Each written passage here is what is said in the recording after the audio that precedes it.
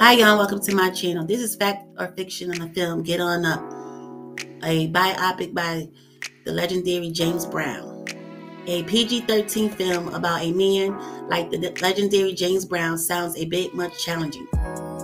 Many details of Brown's life don't call to mind as being PG-13 friendly. But that's the rating achieved by Get On Up, a portrait of the funk legend chronicling his troubled early childhood, pushing through to the 1990s and the later years of his performance career. While the film carries an unexpectedly peaceful rating and tone, and though it does leave out a good bit of depth, it is accurate in its depiction of important events and details about James Brown's life. Get On Up is quite the legitimate in its broad stroke representations of James' personal story. Yes, he really took part in a one-arm blindfolded boxing fight as a child. He really met Bobby Bird in prison. Little Richard really did encourage him to get a record deal. In 1988, he really went into an office building with a shotgun after someone used his bathroom, then led the police on a 14-car chase. With a biopic coming out of Hollywood, the screenwriters took the liberties to spice up some details and make a good movie narrative. For instance, there's no record that James' plane actually shot down over Vietnam, nor did his estranged mother actually show up backstage at his performance at the Apollo. His mother did abandon James because of a violent relationship with his father. She was in and out of his life more frequently than the film depicts. During the time James lived in his aunt's Honey brothel, despite his aunt's name Honey, the real Aunt Honey, who used to lock James in closets and tell him that he was ugly, wasn't as cheerful and sweet as the film portrays her to be. These disruptions, in fact, are not detrimental to Get On Up's credibility, but are manipulations of reality that better drive the narrative structure of the film. Get On Up also has its share of generally accurate accounts that, while not false, are somewhat distorted in their representation. For instance, some of the details surrounding Dr. Martin Luther King Jr.'s assassination and the concert James Brown performed afterward are oversimplified. Chronologically speaking, the film has James find out about Martin Luther King's death while recording his song Mother Popcorn, which wasn't actually recorded until 1969. While James' diffusing of the tension at the April 5th concert in Boston was undoubtedly brave and even a risk to his life, some ulterior motives were at play. James refused to go on stage until Mayor Kevin White agreed to pay him. He used the night's tension to his advantage, though his actions were still deservedly considered heroic. The scene is one of many within the film that one-dimensionalize what were truly complex events, a narrative move that doesn't necessarily detract from the accuracy of the film scenes, but diminishes the weight and significance of them. That approach somewhat keenly coats a good portion of the film. To that end, aside from a short narcotics scene involving the death of James' son Teddy in the 1988 car crash, there was little reference to the darker elements of James' later life. The movie redacted many aspects of James Brown's other troubles, such as the IRS seized his house and sued him for $9 million. He had 2 more marriages, both characterized by domestic violence and substance abuse. The police visited him at least 10 times over the course of 2 years. He struggled with drug abuse and went to rehab, and he was indicted for a number of felonies. The director and the producers of the film felt it wasn't necessary to add those aspects of James' life to the film. The film is peppered with moments of James acting out of selfishness, abusing his wives, and revealing the seedier sides of his personality. There's an expectation that those behaviors continue throughout his life, and they did.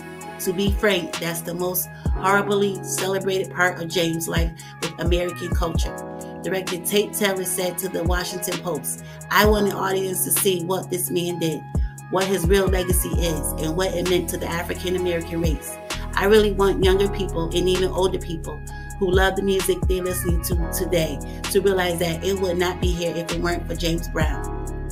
Still, the tone of Get On Up ends up glossy. It shows the details without really digging into them, and the end results leaves the viewer with a little more information about James Brown, but not much. It misses the opportunity to reveal a significantly deeper person within James than the one everyone already saw on stage and in the news. Get On Up never quite gets the heart or indeed the soul of James Brown. Chadwick Boseman wasn't lip syncing. The film shows that James Brown was stillborn. This is a fact. According to the autobiography, James Brown, the Godfather of Soul, confirms that James was stillborn, or at least appeared stillborn. His Aunt Minnie breathed into his lungs to help give him oxygen until he began to take his own breaths. The movie depicts how James' daddy threatened his mother with a gun, but in real life it is rumored he had tried to push her out of a window. His mother didn't completely abandon him. She lived with herself a period at a time as James grew up. The film showed a 15-year-old James getting arrested. This is true. He was arrested for stealing from parked vehicles that he had broken into. Although in the film it shows him stealing a single suit, in reality he was charged with 4 counts of breaking and entering and larceny from an automobile. After turning 16, he was tried as an adult and sentenced to 3 years in a juvenile detention center. Did James really date Bobby Bird's sister? This is a fact. Like in the film, he did have a relationship with Bobby's sister Sarah. Did several members of the group really leave because of favoritism? Fact. Same as in the film, it confirms that Bobby Bird, Floyd Scott, Sylvester Kills, Nash Knotts, and Johnny Terry left the group in 1957 due to group managers Ben Bart and Clint Brantley giving James top billing and renaming the group James Brown and the Famous Flames. Did James really finance his live at the Apollo album himself? Yes, it's confirmed that King Records, believing that there was no commercial potential in a live album, refused to finance it. This is what prompted James to pay for it himself, and the album went on to sell 1 million copies, landing at number 2 in 1963. Did James really make his bandmates refer to him as Mr. Brown? Yes, they did. In fact, he will also find musicians for missing notes and made them improvise on the spot during shows. You had to think quick to keep up, said one of the musicians. Did James really have all the nicknames that he has in the movie? This is a fact. He has several nicknames such as the main one, the Godfather of Soul, the hardest working man in show business, Mr. Dynamite, Super Bad, Minister of New Super Heavy, Funk, Soul Brother #1, the original Disco Man, and Little Junior, the latter when he was a child living with his Aunt Honey. How many top singles did James Brown have?